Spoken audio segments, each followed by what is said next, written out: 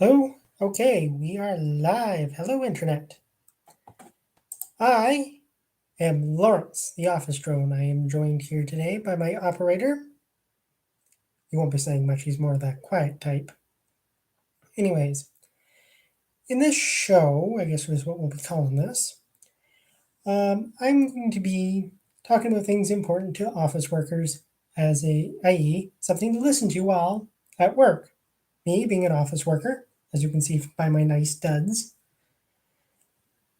always are looking for something nice to listen to while at work.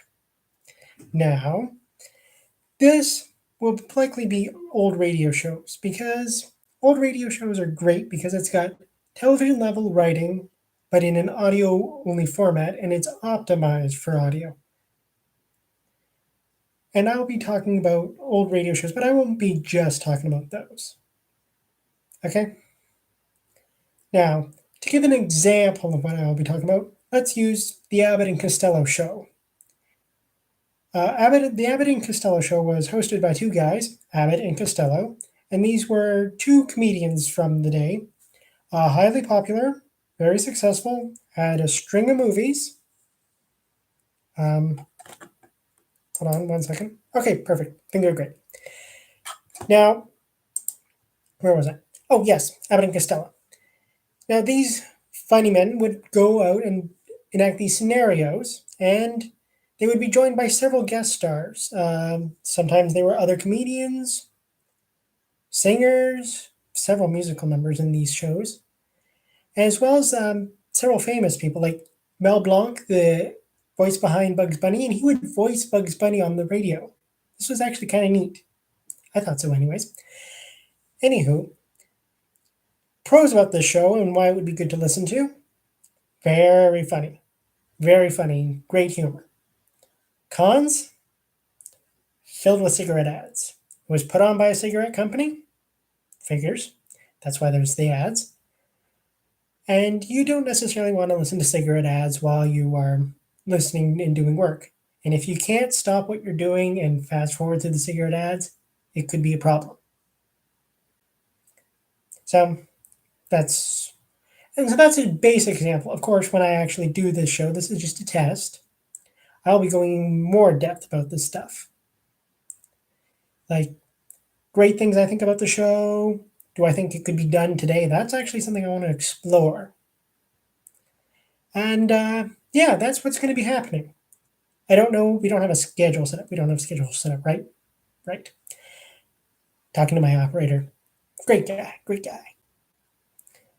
Now, we don't have a schedule. And don't worry, the soundscapes, nature sounds, all of that's going to keep going. Don't worry. We will not be ending that. We got stuff in the works for you. Do not worry. But yeah, so this is what I hope to do. I hope to look at like maybe an old radio show, maybe a podcast, an audio drama. I hope to look at one of those or a couple of those and talk about them, say why they'd be great for an average cubicle dweller to listen to while they're at work. Yeah. This is just really informal, get to know, see if people are interested, that sort of thing. Anything else? Nah, nothing else, I guess.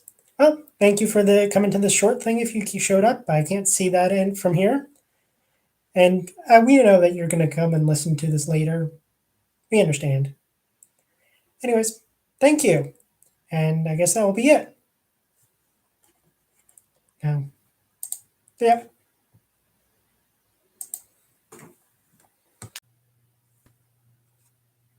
Hello, Internet. Good to see you. It's once again me, Lawrence, the office drone, joined here by my operator, who's off screen.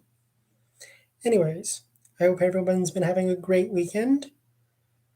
I know I have. It's great to be out of the office.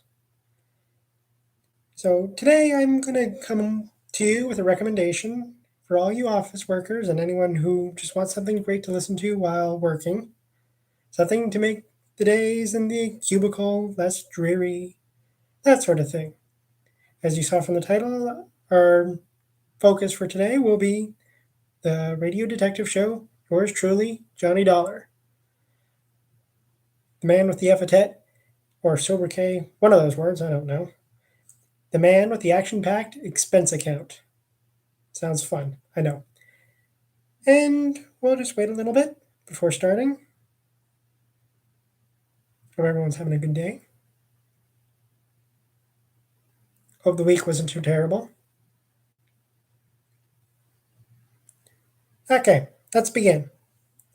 So, this is a radio detective show, and it follows Johnny Dollar, neat name, I know, and he's an insurance investigator. So, he's a bit interesting in what he can do. He's not a cop, but he's actually able to get official help. He's able to ask banks for bank information on people he's investigating. Like he can't get exact details, but he's able to find out if like they're financially stable or they're in deep debt, that sort of thing.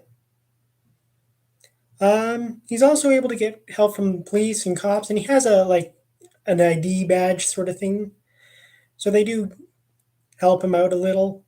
I mean, they let him sit in on interrogations and things along those lines. And, well, usually, sometimes the police don't like him. But that's part of the fun of the episodes. And he has an expense account. We'll get back to that later, but that's sort of important. So that's sort of what he is for as an insurance investigator. That's sort of what he can do. So the episodes go something along like this. Johnny Dollar's at home. Some insurance bigwig at a company calls him, tells him to look into something. Like figuring out if someone died, whether or not they did die. Those are a few interesting episodes. Protecting objects rather, before they get stolen, or finding it once it has been stolen, stuff along those lines. There's also some even weird episodes where someone can buy weird insurance on like animals or other policies, and policies like that require investigation. So the story then follows Johnny as he investigates these things, and the story is told through his expense account. Everything he purchases or bills or rents throughout the investigation, like renting a rental car, making phone calls with a phone booth. Man, were those the days? Um, Anything like that. Transportation, hotels, foods, occasionally bribes for information.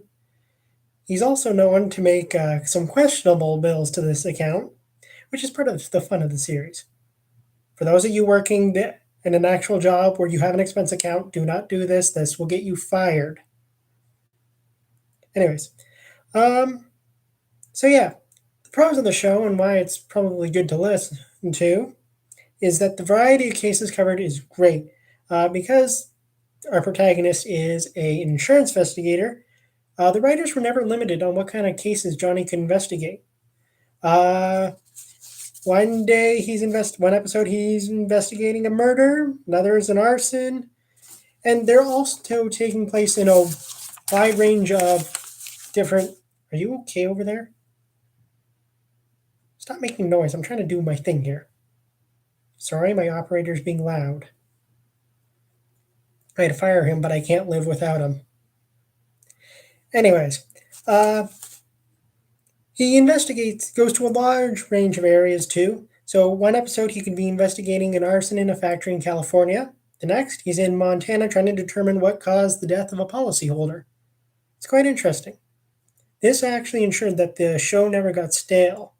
The clear indication of this, it was on for a decade, went through multiple actors playing Johnny, and it's also regarded as one of the best detective shows of this era. Which leads us into the next benefit and pro of the show, large number of episodes. I mean, it was on for a decade, and there's a lot of episodes. Because of this, you will never have to worry about finishing the series very quickly and finding another thing to listen to while at work. Some things to keep note of, these are not necessarily pros or cons, it's just something you should know. The way the episodes are written, it's not like you're going to Sherlock the case and figure out what's happening before Johnny does. The show is more legwork focused. You're learning things as Johnny is. And it's more focused on that, him trying to find things out, and you will be finding them out with him. There are ads in most of these episodes, not all of them, but some of them. The ads aren't that bad though. Like they're things for like cars, chewing gum, and for a while I remember they were playing ads that were against drunk driving. Yeah, these ads aren't that bad or won't get too annoying, so you don't have to worry about having to pause or fast forward or mute this while you're at work. You can just listen through it. It's not terrible. Another thing, each actor that played Johnny brought their own style to the character, and the writers changed the character slightly for each actor that was playing him. So he might be older, younger, and stuff like that, or certain aspects of his personality will be emphasized.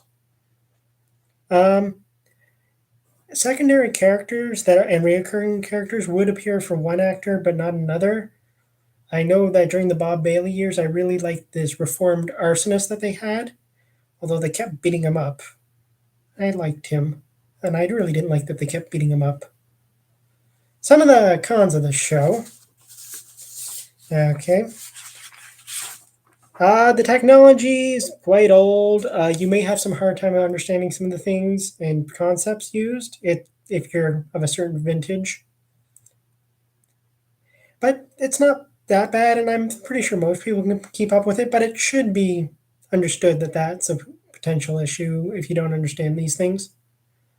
Now, let's move on to the part that I am interested in examining. Could it be made today? Radio? Oh, yes. Easy to impossible to make today. Easy bring to modern era, there would be no issues in modernizing this show. You may have to change a couple of things, new technology. The prices of things will certainly have changed since the 50s and 60s.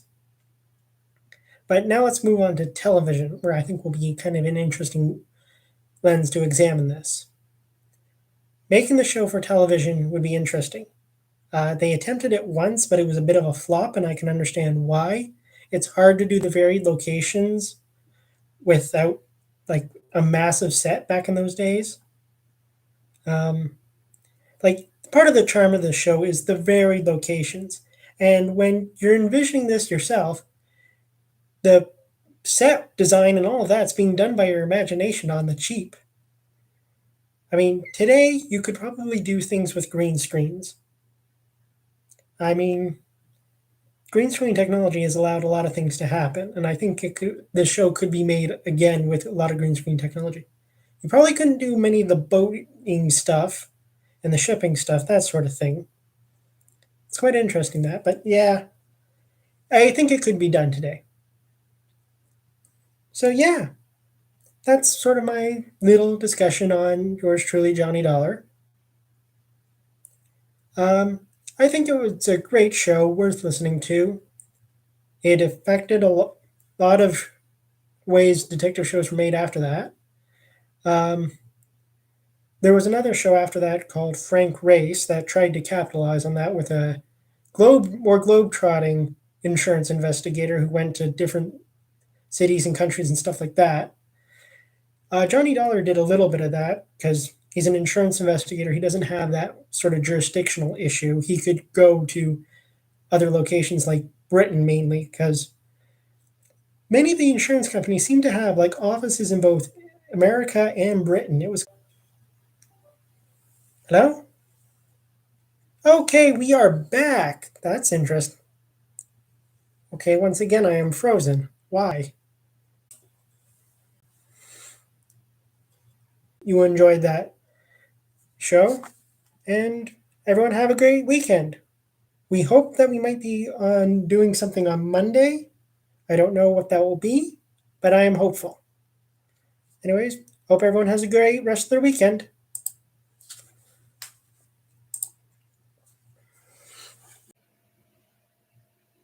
Hello, Internet.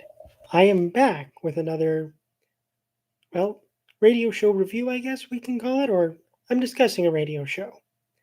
I hope everyone's had a great weekend. I know I did, and I hope that the Monday blahs are not getting you down, that sort of thing. So, yeah, I said we would try to be here Monday, and we are. All right. So, as you saw from the title, I will be discussing the radio show Dangerous Assignment. I will only be focusing on the radio show as that's what I've listened to, and there is a television show, but that's beyond the scope of what we're doing here. This program, I guess we'll call it. So yeah, uh, the show follows an American agent named Steve Mitchell as he goes on a variety of missions, and it ran from 1949 to 1952. Oh, 1953 actually. Yep. Anyways, think the show I would guess is like think James Bond, but in a 30-minute episode. Um, the agency that Steve works for is kind of hard to determine. Um, he has these credentials that he can show anyone, and they're widely recognized, and they can have his identity verified really easily.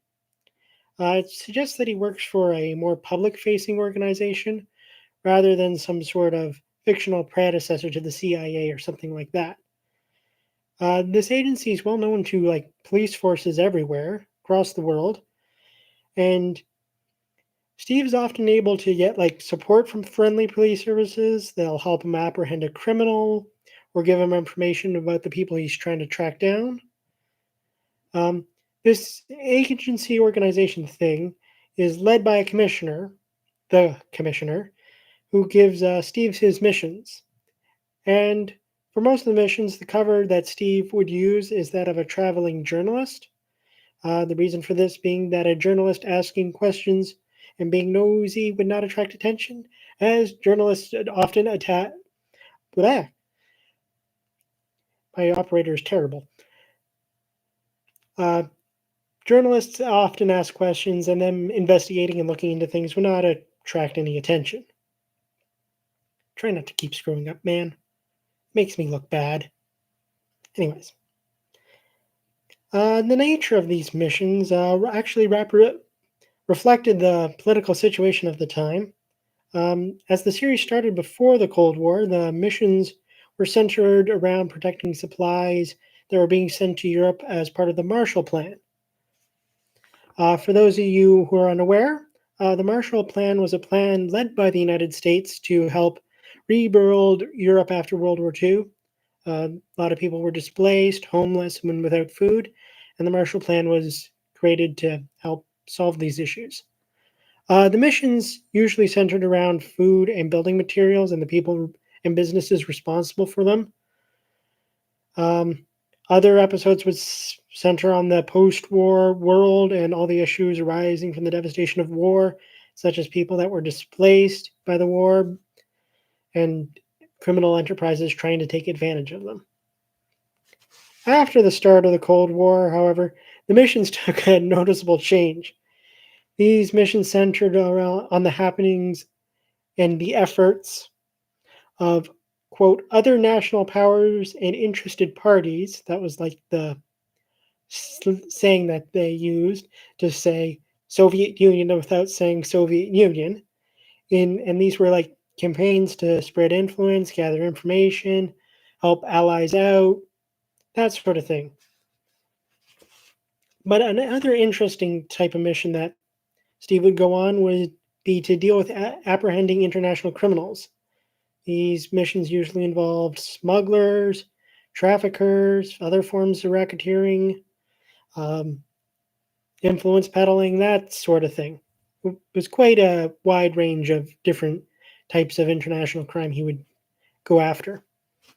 Um, the series would visit many different localities, like across the world, and the limited cast they had for this was able to do a pretty good job of depicting the different locals in these regions, like doing non-stereotypical accents, but accents that would be appropriate for that area, and including sometimes like words and phrases and sayings from those localities to try and give it a touch of realism.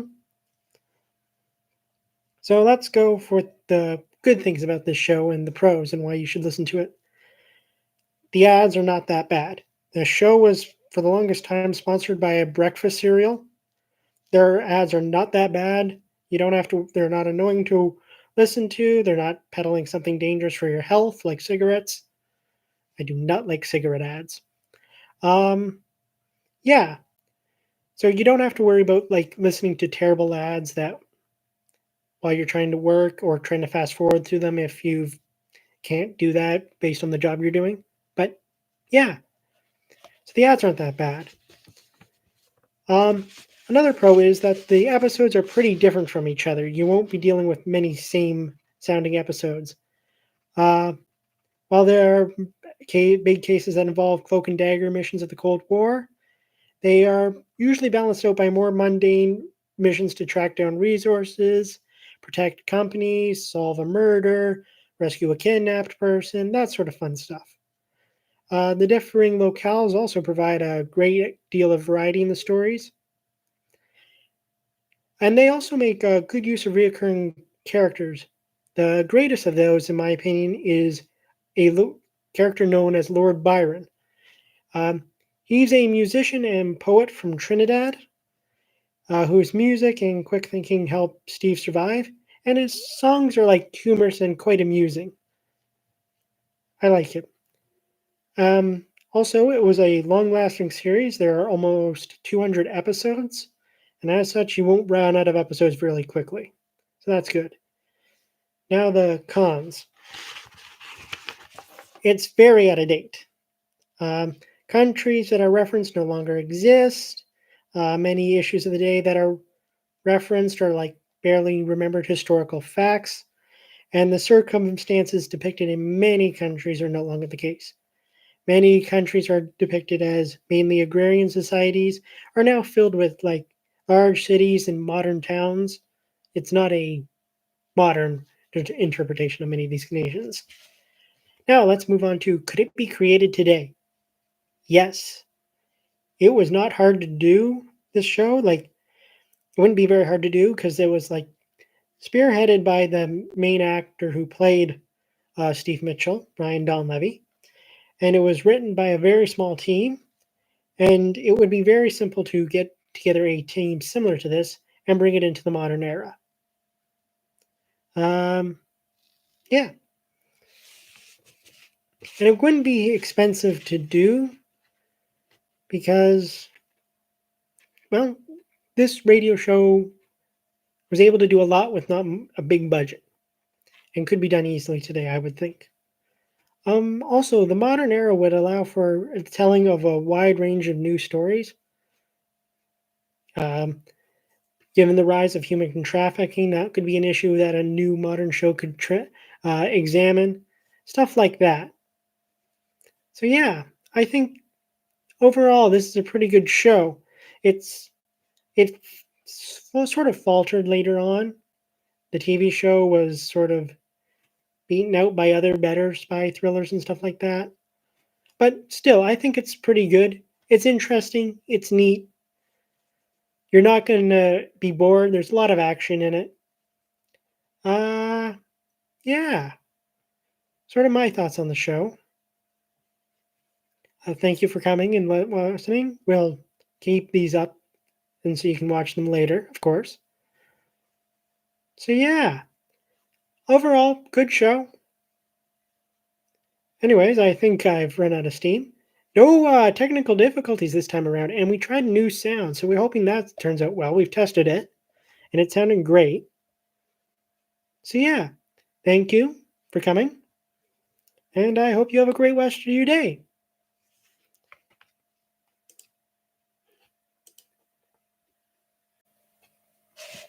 Hello, Internet. I am back again, and here with another discussion, but I hope everyone's been having a good day. I know I have. Any day where you're not getting fired, that's a good day, right? Oh boy. Anyways, so today I decided to go with something slightly different. We're going with a slightly newer show and a British comedy show as opposed to what I've been doing before, which have been mainly older American shows. Thought we'd do something a little different. So yeah, let's not waste any time and let's get into it. All right, Absolute Power. This is a British comedy show that follows two public relations professionals that are no longer with their old agency and have struck it out to try and create their own agency and make a decent amount of money and a lot of prestige in the process. The premise sounds very dry, I know, but the show itself is quite comedic. As before, I will be limiting my examination of this show to its radio iteration, and I will not be examining the television iteration, but they are very similar from what I understand.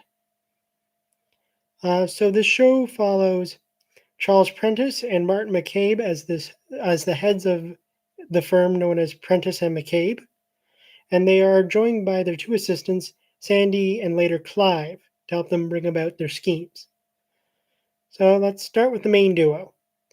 Charles Prentice is an amoral but clever public relations man.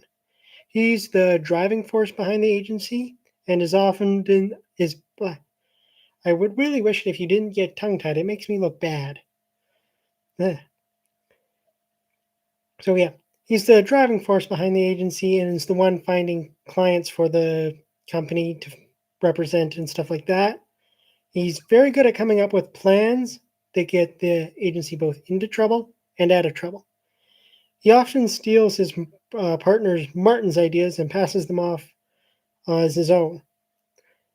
Moving on to Martin. Martin McCabe is very lazy and often goes for long lunches. I had a boss like that once. Real jerk. Anywho, uh, he's an excellent writer and capable of writing good slogans. So he's capable, unlike that boss. He will often come in at the last moment and save the agency, and he has a taste for luxury and a distaste for work. We've all had coworkers like that, I'm sure. Moving on to the support staff, we have Sandy, who is an office worker trainee who's working at the agency to get experience. She's often made to do things that the main duo does not want to do, and as she's only meant to be doing certain kinds of work for her program, uh, she's often conned into doing tasks. Yeah, great bunch of guys, right? Clive is a later addition to the series. He's useless and stupid, and effectively a flunky of these guys, and he's trying to learn the public relations business, but he is not very good. So this is sort of how the show goes. An outlandish client comes into the agency to hire the duo to change perceptions about them in some way. The agency will try a variety of different tactics to improve the view of the client, but each attempt fails. And until the agency, comes up with a solution at the last minute. As the show goes on, there are like additional elements added to it. There's like more of a focus on governmental clients than like regular private companies and clients like that. And there is also a rival agency that the pair have to outdo so that they can get clients to work for them. On the subject of governmental clients, a consistent plotline in the story is that the agency is on retainer for the British government.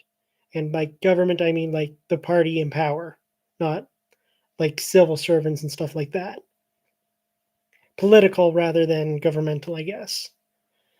So the members of the agency are often called out to strange locales to get hidden and secret orders to achieve a certain objective for the government, like somewhere where there's nobody, like real cloak and dagger, clandestine stuff like that, that, is usually spoofed and whatnot. But yeah. So their contact with the British government is a guy called Archie Hildrich. He's sort of like a caricature of a governmental operative, and it's quite funny in his way. This kind of humor is actually quite topical at the time the show was created because the British government of the day was having to deal with accusations of using public relations operatives to make it appear good, to hide all the things that they were doing that would be unpopular, or make them look incompetent, that sort of thing. And some of the tension in the series itself is created by when the agency is working for a client whose goals go directly against what the government is hiring the firm to do. So the agencies figure out how to balance these two desires, and this way that they can achieve both goals and get money from both parties. And that way they can use the money from these payoffs to build their affluent lifestyles and stuff like that. So some good things about the show, pros I would say, is no ads. You don't have to worry about the ads or anything like that. And there are many big name actors working on this project, so the acting is great. Uh, Stephen Fry plays Prentice, and John Bird played McCabe. So big names have worked in shows and television and stuff like that. Although I do believe John Bird has since passed away. Some things that should be noted though. The episodes do follow chronology, so they have to be listened to in order for stuff to make sense. This is different than the last two entries in our series, which could be listened to in any order, and you wouldn't miss out by missing an episode or anything like that. Some cons for the show. Some of the episodes discuss matters that would raise some eyebrows should your coworkers hear what's going on. I won't go into detail, but yeah, headphones are good for this. Make sure that they're low enough that your coworkers don't hear what you're listening to. Standard stuff, but like what people do anyways for like kindness and courtesy and respect like that. But you want to make sure that your coworkers can't hear this. Okay, what was that? Dude, stop dropping things. He was doing so well. And then he goes and drops something. You can't get the help these days. Apparently, he is not help, he's the driving force. I would disagree, but I will not have this argument here in front of everybody. Okay. So, where was I? Another issue that I think you need to be aware of for this is sometimes some of the recordings that I've encountered of the show are incomplete. Like the last part, I think of an episode or two are maybe missing, but there are complete versions out there. Just be aware of that. Stop making noise, dude. Anyways, could it be recreated today? Well, the show came out like early 2000s, so I don't think like it's fairly current. I mean, it's not that old. Remaking it wouldn't be an issue. Um, I mean, the topical factors that drove the creation of this show are no longer present today. I mean, public relations firms are no longer the source of scandal they were today, like back then in British politics, as they are like today. I mean, you wouldn't be able to, the show would not be as topical now as it was back then. I mean, it could be made. I don't think there'd be much of an issue with technical stuff like that or making a reboot. But what made it popular and relevant was how topical it was. And I don't think where the politics of the day are like that. So, yeah, that's sort of my thing for this. Figured we go with something different in a British entry. Felt it was neat to do something different like that. Anyways, thank you for coming. Hopefully, this is something you can listen to at work. Make that dreary 9 to 5 slightly better. Anyways, I hope the rest of you have a great day. Thank you for coming by.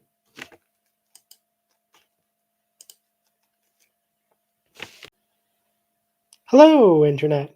I am back again. I hope everyone's had a great weekend. I know mine was great, very restful. So, I won't delay. Let's just get right into this. A writer double feature. Something new, but I think this will be great. And both adventure series in my mind. So, let's begin. Let's start with Box 13. This show follows Dan Holliday, a former journalist and writer. After having a massive bout of writer's block, he decides to put a reoccurring ad in the newspaper reading, and this is a direct quote, "Adventure wanted. Will go anywhere, do anything. Right, Box 13, care of the Star Times." And using this ad, he would attract inquiries from a wide range of people needing his help to solve their problems, or on occasion, a convenient patsy. Dan would go on these adventures and afterwards write a story based on his experience. He's helped in this process by his secretary, Susie. She's a kind person, but a little ditzy and often uses the wrong word in the wrong manner. Um, During these stories, Dan would have to conduct quite a bit of research and is aided by this thing called the morgue that's in within the Star Times. Uh, the morgue is a record of every news story that the Star Times has ever published. It has massive files on people based on the actions that they've done that made the newspaper. Things like birth and marriage and death notices, major business deals, society columns, massive scandals, that sort of thing. It's also able to provide a great deal of insight into historical events should they become relevant to whatever Dan's doing. This resource allows Dan a great deal of knowledge surrounding whatever he has to deal with in his adventures. So let's get to the premise of how this works. The show basically is great for telling a wide range of stories. In one episode, Dan may be brought in as a patsy and framed for a crime, as mentioned before. Or in the next, he's helping a child save their parents from some sort of terrible calamity. Because of the nature of the ad and the fact that he doesn't charge for his services, the people that come to him for help are usually not very wealthy and often overlooked by more conventional sources of aid. They really can't go to the cops, that sort of thing. While the stories do hold some elements of the mystery genre, I do not think this would be the right to place the show in that genre. It fits more comfortably in adventure. Um, it's a pretty. It's not as long running as some of the other series we've discussed.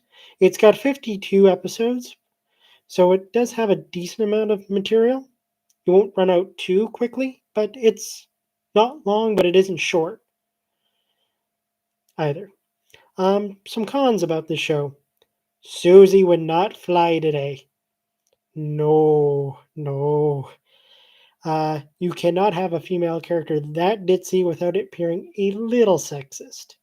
Just a little bit sexist, I think. Could it be made today, though?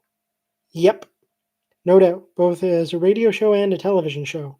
I believe there was an attempt to make this into a television show, but it fell through. They'd gotten pretty far as I can understand, but they basically fell through. I guess these things happened. Um, if rebooted, I think the concept would be quite fresh. It would provide a new kind of adventure series that I think would be quite successful. I think there would also be a wide range of fun and new stories that could be told with this. And I think the digital age would be able to make for another wider range of adventures. The internet would also be an interesting counterbalance to whatever the modern reboot to the morgue would be. You could have information that was easily gathered from the internet, and but lesser known things only available to Dan by the morgue, or vice versa even. It's quite interesting that you could do that. I believe the series was also revived as a comic series in like 2010, but it does differ a bit from the source material, but it does keep to the same themes as the original. Something to consider. So, yeah, that's our first series, I think. Quite an interesting one. Um, yeah, quite interesting. Anything you'd like me to add, operator? Yeah, I forgot to introduce him. He's here as well, as always. Yeah. So, I think that's all I have to say about Box 13. Time to move on to our other show. Another show about a writer. Um, but this one's set in the Old West.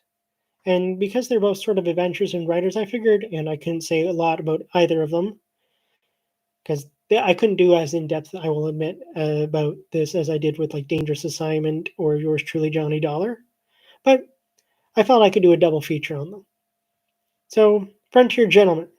It opens with this tagline: Herewith, an Englishman's account of life and death in the West. As a reporter for the Times of London, he writes his colorful and unusual accounts, but as a man with a gun, he lives and becomes a part of the violent years in the new territories. Quite interesting, isn't it? It's quite a cool opening tagline, we have to admit, but it is kind of interesting. All right, let's get on to the premise of the show. This show follows J.B. Kendall, a writer from London who documents the post Civil War United States to inform the public in England. His adventures would have taken him across the West, where he would meet many different characters, all trying to make the best of their lot in life, deal with what life has dealt with them, trying to find justice at times when it was not available, or just launching a scheme that was as harebrained as it was genius. This is not an uncommon theme in some of these stories. So, J.B. Kendall is a newspaper writer, but he's also a former soldier. He used to fight in India for the British Army. He's a capable gunfighter during the few episodes where he actually has to fight against opponent personally. He can hold his own and use tactics and skills that his opponents are not necessarily familiar with. He's also a decent human being, often not willing just to report on people's problems and what on the people he meets, but he's also willing to go a great deal of the way to, help them, great lengths on helping them, uh, and help them get on their way, help them with wise advice, help them with material support, that sort of thing. He also has integrity and he will not doctor a story or alter a story to his readers. He will document the truth as he sees it. Something of interest that I noticed with this series is that he can get his stories to Britain and get paid for it really easily, and it's not regarded as a great difficulty. Although telegram technology was very effective at the time, it would not be possible to send a telegram directly to England with any ease. There were some wires at this time period that they're depicting, but they were unreliable. Um, so you could send telegrams to the coast easy enough, but it would still take a while for that to get to England and then for Kendall to get paid for his work.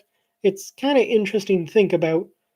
I may be getting too deep into the weeds with this, but I think it's kind of interesting to look at and think about. Um, yeah. What carries the show, I think, is the wide range of characters that are explored in the show. Each is interesting and different in their motivations and what they're trying to do. But what makes them compelling is that some of them are based on historical figures or are even historical figures themselves. This is quite interesting in my mind and would make for interesting listening.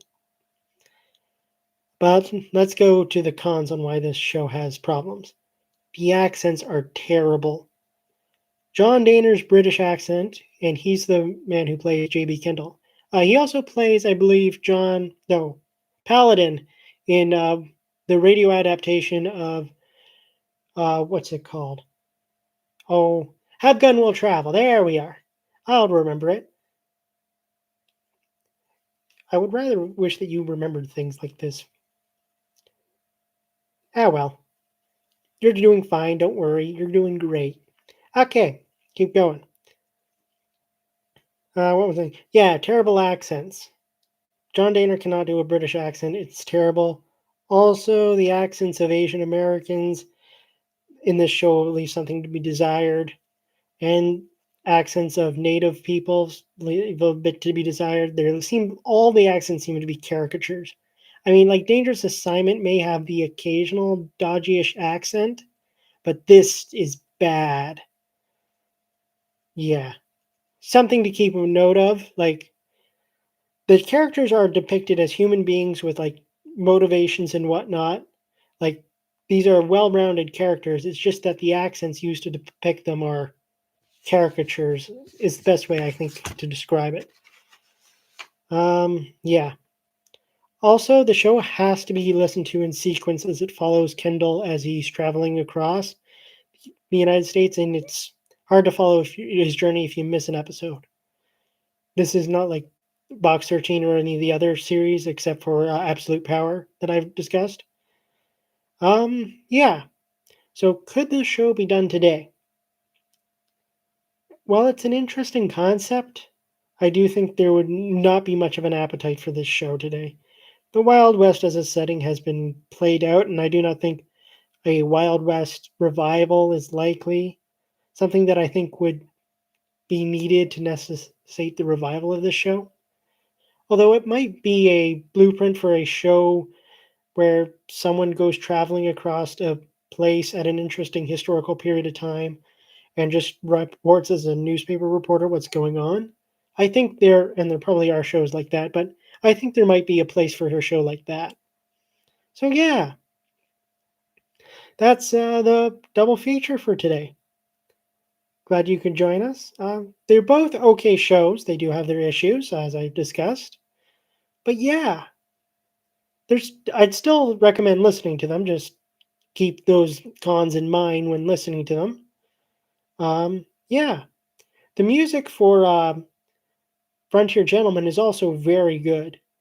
I have to give credit where credit is due, and the opening tagline for both shows is delivered well and I think makes the show the show.